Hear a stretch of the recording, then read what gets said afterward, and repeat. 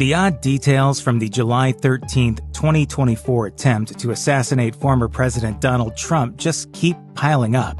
We keep learning more about what happened, but it still isn't making any sense. Attendees of the Butler, Pennsylvania rally where the shooting took place have told multiple news outlets that they could see the would-be assassin, Thomas Matthew Crooks, crawling on the roof and preparing to take aim. I'm standing there pointing at him for 2-3 minutes. Secret Service is looking at us from the top of the barn. I'm pointing at that roof. That witness, Greg Smith, told the BBC that Crooks was probably not visible to the Secret Service agents because of the slope of the roof.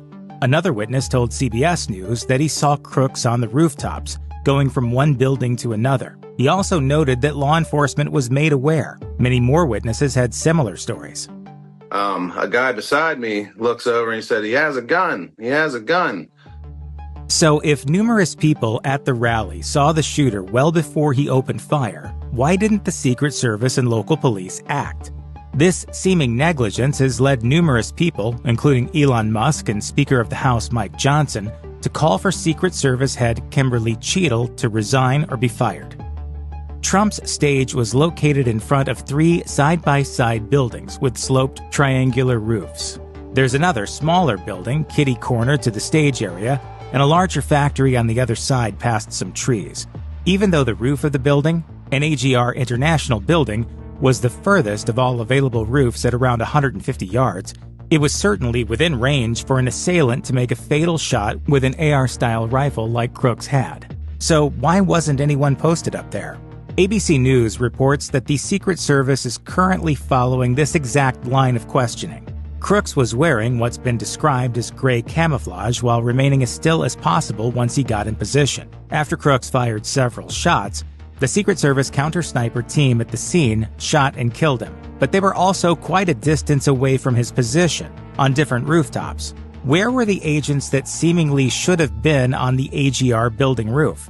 As an unnamed former Secret Service agent told NBC News, "Someone should have been on the roof or securing the building so no one could get on the roof." According to officials, plenty of people agreed that the AGR building was a security threat. What's much less clear is whose responsibility it was to secure it. Sources told NBC News that although the Secret Service had identified the building as a potential problem, they had also told local police to take the responsibility for securing that particular building. However, Butler County District Attorney Richard Goldinger said, "The Secret Service ran the show. They were the ones who designated who did what. To me, the whole thing is under the jurisdiction of the Secret Service." I would have expected that they would have had that building secured. Several days after the shooting, news outlets were still not reporting any concrete answers as to how Crooks got up on the roof or why the building hadn't been included in the Secret Service's secured perimeter. In an interview with ABC News, Secret Service Director Kimberly Cheadle acknowledged that there were a number of buildings in that outlying area that were similarly assigned to local law enforcement for security. But she also noted, "The Secret Service is responsible for the protection of the former president." We know from Cheadle herself that the security of the nearby AGR building had been delegated to local police. The Secret Service director also offered an explanation as to why no one was on the roof, telling ABC News, "That building in particular has a sloped roof at its highest point, and so there's a safety factor that would be considered there that we wouldn't want to put somebody up on a sloped roof. And so the decision was made to secure the building from inside." There have been reports from the BBC and other outlets that there were 3 police snipers inside the AGR building. But a police spokesman told the New York Times that wasn't the case. They said that their officers were in an adjacent building.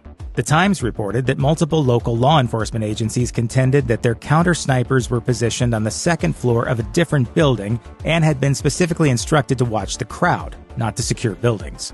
Likewise, several former Secret Service agents have also stated that a sloped roof is not a factor that unconditionally rules out a building as a location for a sniper or other officers. Some have pointed out another nearby building with an even steeper sloped roof was occupied by Secret Service snipers at the time of the shooting. According to the Washington Post, 86 seconds passed between bystanders' first attempts to warn authorities and the shooting. It has also since come out that local law enforcement officers had been aware of Crooks' presence, and that he had been acting suspiciously long before that. In fact, there's evidence authorities had flagged Crooks as a potential threat well before he climbed the AGR building. There have been reports that officers saw Crooks scouring the ground with a rangefinder.